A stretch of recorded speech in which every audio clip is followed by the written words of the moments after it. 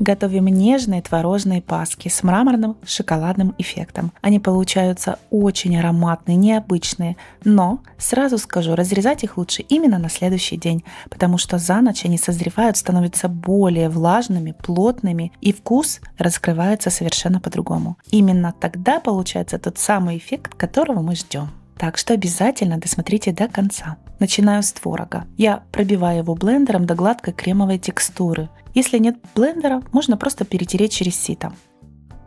Теперь берем мягкое сливочное масло комнатной температуры, или маргарин, как вам удобно. И сразу добавляю аромат, снимаю цедру с одного апельсина, снимаем только верхний слой. Теперь добавляем щепотку соли, ванильный сахар и сахар. Все хорошо взбиваю миксером до светлой пышной массы. Аромат уже просто невероятный. Взбиваем минут 5. По одному добавляем яйца, каждый раз хорошо перемешивая. Ой, а тут 2 плюхнулось. Ну ничего. Масса становится нежной, кремовой, очень аппетитной. Теперь возвращаем творог и хорошо вмешиваем его в массу.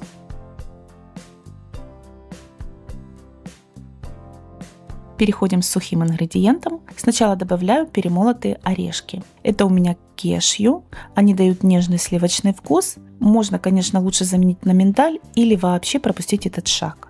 Разрыхлитель. И постепенно ввожу муку. Количество ингредиентов внизу под видео. Будьте внимательны, а также все нюансы приготовления.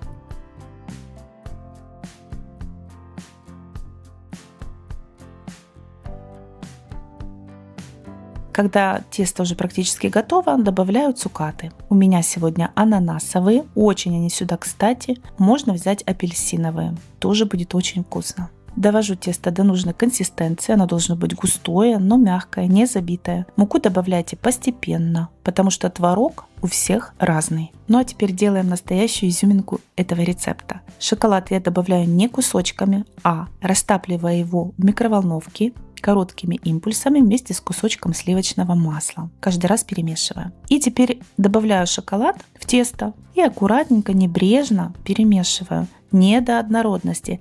Нам нужно, чтобы осталось и светлое, и шоколадное тесто. Ну и в итоге мы получим красивый мраморный эффект в разрезе. Будет просто шикарно.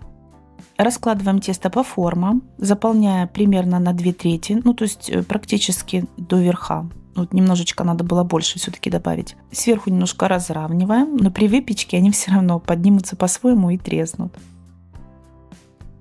Отправляем в разогретую духовку, температура 170 градусов, примерно минут 50-60 до сухой шпажки. Проверяем готовность. До румяной корочки. У всех духовки разные, так что это тоже имейте в виду. И сразу обращу ваше внимание, верхушки у меня получились немного треснувшие, домашние, это нормально, тесто очень насыщенное, тут творог, кешью, плюс я немножко уменьшила сахар. Такие пасочки поднимаются активно и могут трескаться, но зато внутри они очень вкусные.